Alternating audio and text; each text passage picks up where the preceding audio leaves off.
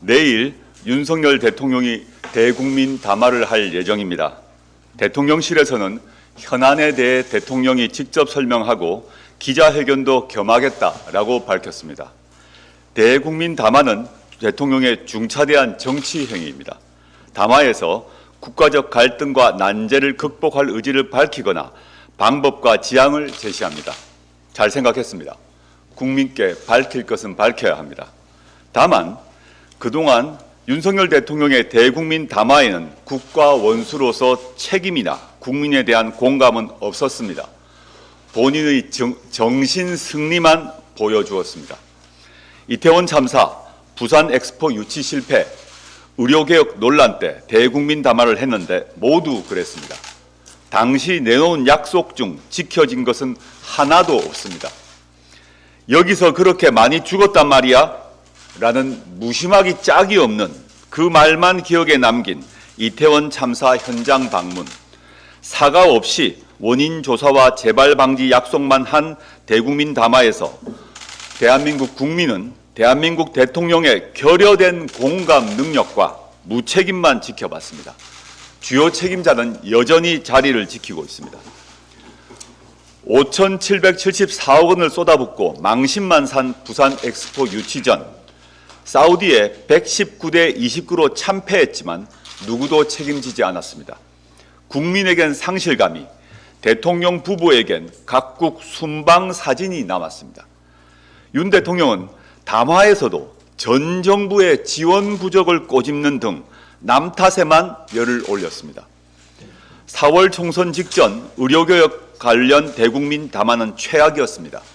정부 잘못은 하나도 없고 의사 욕심이 문제라고 말했습니다. 그러니 해결 방법을 제시할 수가 없지요. 국민에게 생명과 건강을 볼모로 삼은 협박성 담화로만 기억됩니다. 내일 대국민 담화는 그래서는 안 됩니다. 대한민국 대통령의 대국민 담화는 어때야 하는지 국민을 대신해서 조국 혁신당이 미리 알려드리겠습니다. 첫 번째, 사과하십시오. 대통령으로서 국민께 진심 어린 사과를 하십시오. 뭘 잘못했는지 모르십니까? 그럼 내일 담화는 안 하느니만 못합니다. 국가 재정 파탄과 민생, 경제, 교육, 외교 등 국정 운영 실패를 인정하십시오. 그리고 국민께 머리 숙여 사과하십시오. 무엇보다도 의료 대란을 일으켜 국민을 위험에 빠뜨린 점을 100배 사과하십시오. 그리고 여야정 협의체 해결책을 요청해야 합니다. 두 번째, 자백하십시오. 국정농단과 위헌 불법 행위를 소상하게 국민께 고하십시오.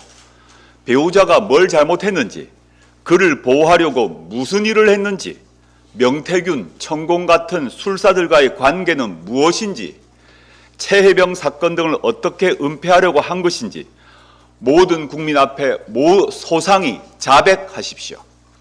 왜 친일 뉴라이트 인사들을 정부와 학교로 불려들였는지, 일본에는 굽실대며 무엇을 약속해 줬는지 말씀하십시오. 세 번째, 약속하십시오. 김건희 특검, 최혜병 특검을 받아들이겠다고 약속하십시오. 최혜병 사건 조사에서 항명 혐의로 재판받는 박정훈 대령에 대해 공소를 취하하고 훈 포장해야 합니다. 그는 직분에 충실한 참 군인입니다. 명태균 게이트는 특별수사본부를 꾸려 수사하고 대통령은 보고를 받지 않겠다고 공언하십시오. 범죄자를 처벌하고 책임자를 물러나게 하십시오. 배우자 김건희는 유배에 가까운 조치를 취하겠다고 약속하시고 실제 조치를 하십시오. 거부권을 남발하지 않겠다고 약속하십시오. 무엇보다도 윤석열 대통령 본인의 거취에 대해서는 국민의 선택이 무엇이든 간에 무조건 따르겠다라고 약속하십시오. 위 사항은 담화문의 채점표로 국민들이 하나하나 따져볼 것입니다. 내일 담화에서 법적으로 문제가 없다, 박절하지 못했다, 운운하신다면 지난 총선에 경험했듯이 거센 담화 역풍을 맞닥뜨리게 될 것입니다. 탄핵 열차에 가속도가 붙을 것입니다. 언론인 여러분께도 촉구합니다. 명태균 게이트를 파헤쳐 국민적 주의를 환기시킨 점에 경의와 존경을 표합니다. 그러나 모든 언론이 그렇지 않았습니다. 일부 친윤 언론은 윤 대통령과 그 주변을 보호하고 감쌌습니다. 지난 대선에서 윤석열 후보를 더 적극 검증했다면, 이 씨의 대통령 놀이를 더 파고들었다면 2년 반 동안 온 국민이 절망에 빠져 살지 않았을 수도 있습니다. 언론 책임도 있습니다. 최순실 전국에 휩싸인 박근혜 대통령도 2016년 11월 대국민 담화를 했습니다. 질문은 아예 받지도 않았지요. 미국 백악관 최장수 출입 기자였던 고 헬렌 토마스는 이렇게 말했습니다. 대통령에게 질문할 수 없는 사회는 민주주의 사회가 아니다. 기자들이 질문하지 않으면 대통령은 왕이 될 수 있다. 만일 이번 기자회견이 짜놓은 각본에 따라 진행된다면 대통령실 출입 기자단은 그리고 언론은 단호히 거부해야 합니다. 국민을 대신해 반드시 진실을 캐내주시길 바랍니다. 감사합니다. 김건희 특검 전격 수용없는 대국민 담화는 제2의 개사가에 불과합니다. 윤석열 대통령이 내일 오전 대국민 담화를 통해 공천 개입 등에 대해 해명한다고 합니다. 대국민 담화가 될지 대국민 담화가 될지 기준은 공정과 상식에 맞는 입장이 나오는가가 될 것입니다. 불법을 저질렀으면 누구라도 수사받고 처벌받는 것이 공정과 상식입니다. 결국 대통령이 김건희 특검법을 전격 수용한다고 밝히지 않는 이상 담화는 담화가 될 운명입니다. 주가 조작 의혹, 뇌물수수, 특혜 의혹에 공천 개입, 공천 거래 등 각종 국정농단 의혹이 태산처럼 쌓여 있는데 여기에 대해 평범한 국민처럼 수사를 받고 범법 사실이 확인되면 처벌받겠다고 직접 표명해야 합니다. 그 정도 입장도 분명하게 담지 못할 회견이라면 차라리 철회하십시오.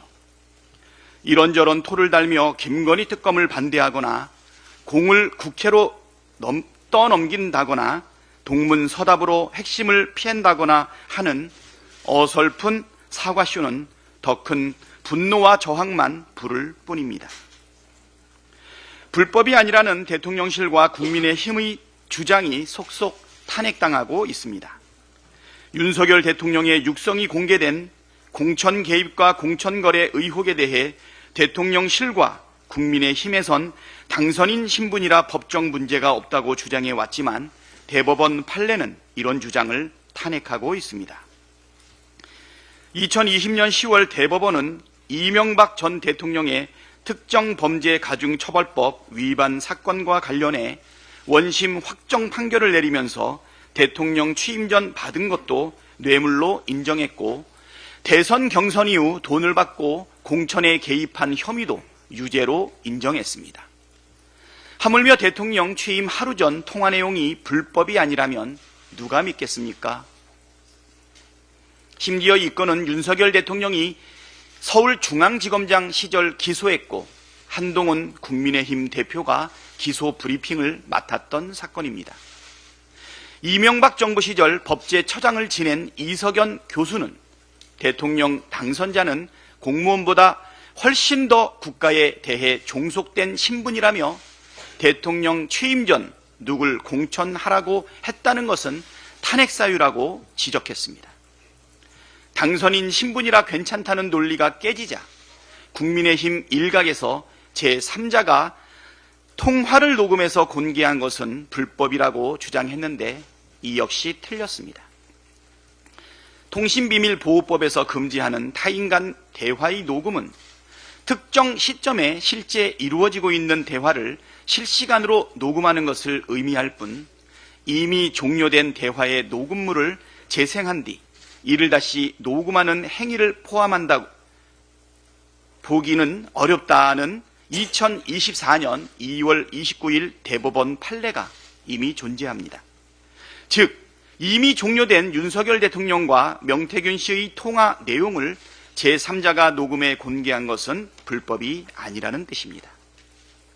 민심을 직시하고 대통령을 제대로 보좌해야 할 대통령실과 국민의 힘이 이렇게 헛발질을 하고 있으니 대통령 지지율이 계속 곤두박질 치는 것입니다.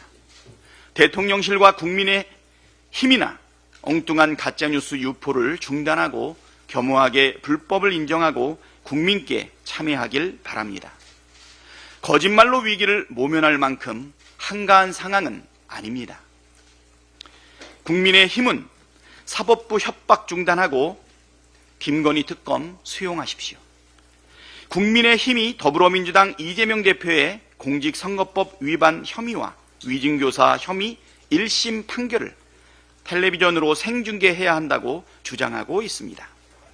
국민의힘은 국민들의 이재명 대표 무죄 탄원을 사법부 협박이라고 주장하던데 오히려 사법부의 판결을 생중계하라고 요구하는 행위야말로 진짜 사법부 협박 아닙니까? 생중계 요구가 제1야당 대표를 낙인 찍고 재판부까지 심리적으로 압박을 가해서 자신들이 원하는 결과를 얻어내겠다는 불순한 의도라는 것을 초등학생도 뻔히 압니다. 국민의 힘이 국민의 알 권리를 진짜로 중시한다면 김건희 특검법에 있는 수사 브리핑 조항을 독소 조항이라며 극구 반대할 이유가 있겠습니까? 국힘은 사법부 협박을 즉각 중단하고 국민이 진짜 원하는 김건희 특검을 수용하고 특검 수사 생중계 요구나 하기를 바랍니다.